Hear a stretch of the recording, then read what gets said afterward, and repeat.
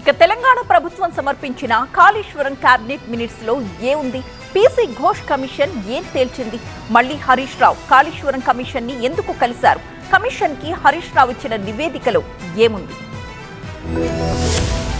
తెలంగాణ ప్రభుత్వం PC Ghosh commission కి Kaleshwaram cabinet minutes ని అందించింది. అప్పటి మంత్రివర్గ నిర్ణయాలను పీసీ ఘోష్ కమిషన్ పరిశీలించింది. అదే సమయంలో బీఆర్ఎస్ సీనియర్ నేత హరీష్ రావు కాళేశ్వరం కమిషన్ ని కలవడం ఆసక్తికరంగా మారింది. కాళేశ్వరం ప్రాజెక్ట్ విషయంలో కేబినెట్ మీటింగ్ లో ఎన్నిసార్లు చర్చించారు, అసెంబ్లీలో ఎన్నిసార్లు చర్చించారన్న వివరాలను కాళేశ్వరం కమిషన్ కి అందించామన్నారు హరీష్ రావు.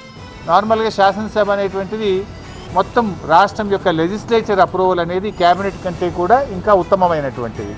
సో 6 సార్లు జరిగిన కేబినెట్ అప్రూవల్ వివరాలను, 3 సార్లు జరిగిన శాసనసభ అప్రూవల్ వివరాలను, చర్చ వివరాలను పూర్తి స్థాయిలో ఈరోజు కమిషన్ గారికి డాక్యుమెంట్లతో సహా మేము అందజేయడం జరిగింది. ప్రభుత్వం కాళేశ్వరం కమిషన్ కి అప్పటి కేబినెట్ మినిట్స్ ని సమర్పించినట్టు తెలిసిందన్న హరీష్ రావు అందులో అన్ని విషయాలు పొందుపరిచారో లేదోనన్న అనుమానాలు వ్యక్తం చేశారు. అందుకే తాము అసెంబ్లీలో చర్చించిన విషయాలను కూడా నివేదిక రూపంలో పీసీ ఘోష్ కమిషన్ కి అందించామన్నారు హరీష్.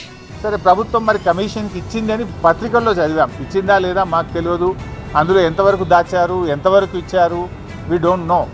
వాస్తవానికి ఆ సమాచారం కూడా నేను అడిగాను. మన ఇరిగేషన్ సెక్రటరీ గారికి కూడా కమిషన్కు మీరు అందించిన సమాచార వివరాలు అందించండి అని ఇచ్చాం. నిజంగా మీరు ట్రాన్స్పరెంట్గా ఉండదలుచుకుంటే సెట్ మాకు ఇవ్వండి. ఇవ్వడానికి ఎందుకు సంకోచిస్తూ ఉన్నారు? You give all the details. ఇచ్చినట్టయితే మరింత పారదర్శకంగా ఉంటుంది కదా. మా అనుమానం ఏంటంటే వీళ్ళు అసలు కమిషన్కు పూర్తి స్థాయిలో వివరాలు ఇస్తున్నారా లేదా, వాళ్ళకు అవసరమైన మేరకే ఇస్తూ ఏమైనా తప్పుదో పట్టిస్తున్నారనే అనుమానాలు మాకు ఉన్నాయి.